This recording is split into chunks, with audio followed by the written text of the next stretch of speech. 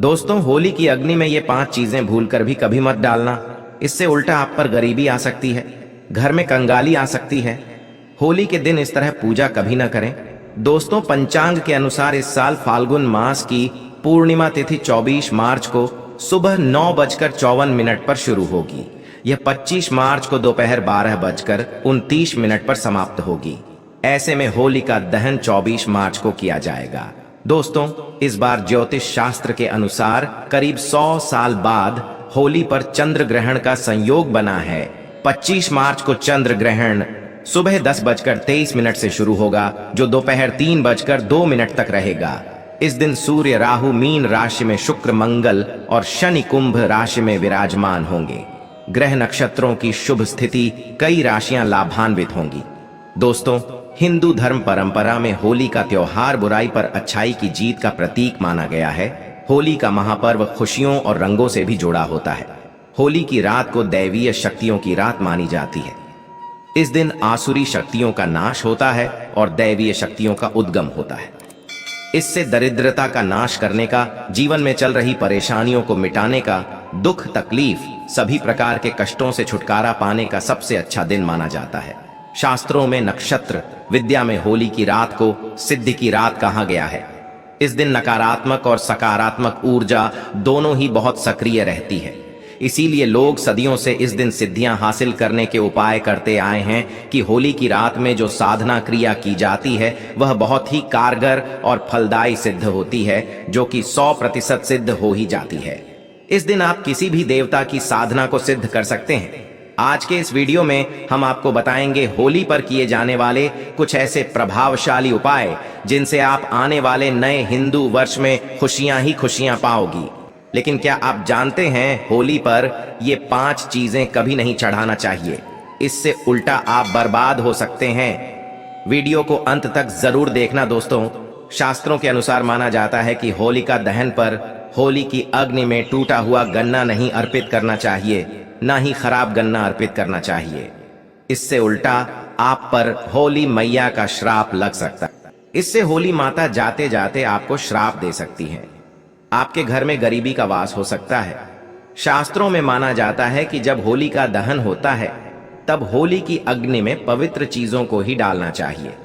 जब आप अग्नि में गन्ना डालें तो गन्ने के ऊपर हरे हरे पत्ते जरूर होना चाहिए, क्योंकि पूजा पाठ में अधूरी चीजें इस्तेमाल नहीं की जाती। और गन्ने की संख्या 2 या फिर 5 या फिर 7 संख्या होना चाहिए। दोस्तों, होली की पवित्र अग्नि में पानी वाला नारियल नहीं चढ़ाना चाहिए। इससे आप पाप के भागीदार बन सकते हैं। हमेशा सूखा नारियल होली की अग्नि में अर्पित करना चाहिए। पानी वाला नारियल अग्नि के अंदर भूलकर भी ना डालें। होलिका दहन में सूखा नारियल ही डालना चाहिए।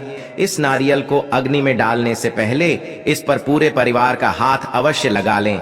इसे होली माता जाते जाते आपको धन से माला माल तथा आपके गरीबी को साथ ले जाएंगी। पानी वाला नारियल आप पूजा के दौरान फोड़ सकते हैं। माना जाता है कि होली माता को घर का भोग अति प्रिय है। अगर आपने अपने घर में जो भी बनाया है वो होली माता को अवश्य अर्पित करें। लेकिन याद रहे, गुजिया चढ़ाते समय देख ले कि गुजिया की संख्या 3 नहीं होनी चाहिए। या तो 2 चढ़ा दें या फिर 5 या 11 और 21 चढ़ा सकते हैं, लेकिन गुजिया की संख्या 3 नहीं होनी चाहिए। ऐसे में 1 की संख्या में गुजिया भी नहीं चढ़ाना चाहिए। होलिका दहन में आप मिठाई का भोग लगा सकते हैं और जल अवश्य अर्पित करें। होलिका दहन में गाय माता के गोबर से बने उपले अवश्य चढ़ाना चाहिए। दोस्तों, होली की अग्नि में आप हरा चना, गेहूं की बालियां, कोई भी नई फसल अवश्य अर्पित करें। इससे आपके घर में अन्न धन की कमी कभी भी नहीं होगी।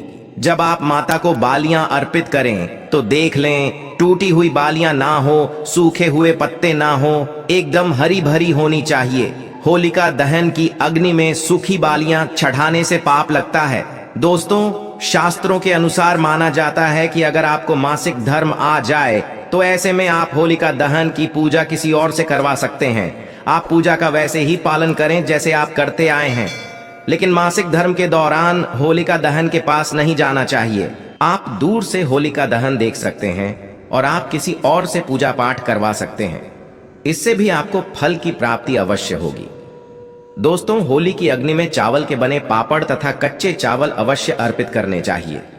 होलिका दहन में चावल अर्पित करने से धन की प्राप्ति होती है। इससे आपके घर में जितनी भी गरीबी होगी वो सब हमेशा हमेशा के लिए चली जाएगी। कचरी पापड़ आदि होलिका दहन अवश्य अर्पित करना चाहिए। इसे होलिका दहन से पहले झूठा नहीं करना चाहिए।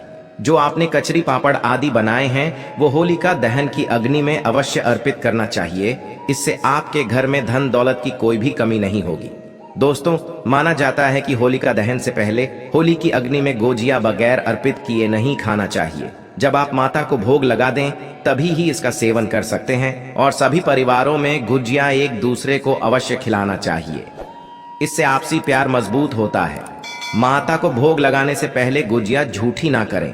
जब आप पूजा वगैरह कर लें तब उसके बाद आप गुजिया खा सकते हैं। इस दिन गाय माता को भोग अवश्य लगाना चाहिए। इस दिन आप गाय माता को गुजिया वगैरह अवश्य खिलाएं। गाय माता को मीठा भोग खिलाने से कई जन्मों जन्मों तक पीढ़ी दर पीढ़ी राज करती कि इससे सभी देवी देवताओं को भोग लग जाता है। इस दिन कुछ करें या ना करें, गाय माता को गुजिया का भोग अवश्य लगा दें। इससे होली मैया का आशीर्वाद सदैव आप पर बना रहेगा। दोस्तों, चाहे कुछ भी हो जाए। होलिका दहन के बाद उसके अगले दिन होली की राख आपको घर में जरूर लेकर आना है और पूरे परिवार के मस्तक पर इसको लगाना है। इस राख को आप काले कपड़े में बांधकर हमेशा घर में संभाल कर रखें और छोटे बच्चों के मस्तक पर इसे तब लगाएं जब उन्हें नजर दोष लग जाए। इससे नजर दोष आपके बच्चे के आसपास भी नहीं भटकेगा। होलिका दहन की राख को आप काले कपड़े में बांधकर दुकान के गल्ले में या फिर लॉकर में रख सकते हैं। इससे पैसों में बढ़ोतरी होती है। इससे आपके धन को किसी की भी बुरी नजर नहीं लगती। होली की राख से आप बहुत कुछ कर सकते हैं जिससे आपके घर में धन दौलत सुख समृद्धि की प्राप्ति तथा नकारात्मक ऊर्जा नष्ट की जा सकती है। दोस्तों, माना जाता है कि होली के दिन सफेद चीज कभी किसी से नहीं लेना चाहिए। इस दिन टोने टोटके प्रभावशाली माने गए हैं। इस दिन सबसे ज्यादा टोने टोटके किए जाते हैं। सफेद चीज में आपके ऊपर कोई काला जादू कर सकता है। होली के दिन आप सफेद चीज भूल कर भी किसी से मत लेना। दोस्तों, वेद पुराण के अनुसार माना जाता है कि होली खुशियों की सौगात लेकर आती है, प्यार का प्रतीक मानी गई है। होली ऐसे में इस दिन मांस मदिरा का सेवन नहीं करना चाहिए। जो व्यक्ति होली पर मांस मदिरा का सेवन करता है तो उसकी अगली योनि कुत्ते को प्राप्त हो जाती है।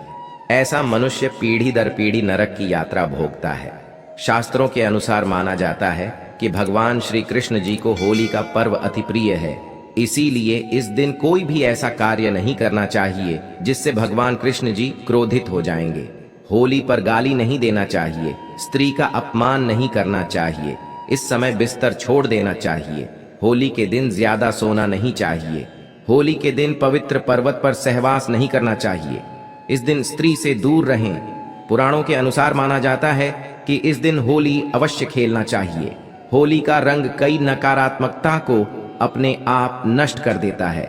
इसीलिए जो मनुष्य सच्चे दिल से होली खेलता है उसके ऊपर होली मैया का आशीर्वाद सदैव बना रहता है। दोस्तों, अब बात करने वाले हैं कि आपको होली के दिन कौन सी 4 चीज जरूर लानी चाहिए, जिसे लाने से न केवल आपके जीवन में होगी धन की वर्षा, बल्कि आपके जीवन के सभी दुख दर्द और कष्ट संकट दूर हो जाएंगे और आप हो जाएंगे धन से माला माल। दोस्तों, होली के दिन इन 4 चीजों को लाना ना भूले। दोस्तों, वास्तुशास्त्र में कुछ ऐसी चीजों के बारे में बताया गया है जिसे होली से पहले घर पर लाना बहुत ही शुभ होता है।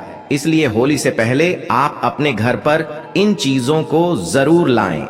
आप इन चीजों को होली के बीच इन चीजों की खरीदारी कर सकते हैं। इससे माता लक्ष्मी जी की कृपा बनी रहेगी और पूरे साल आपके घर में सुख समृद्धि होगी।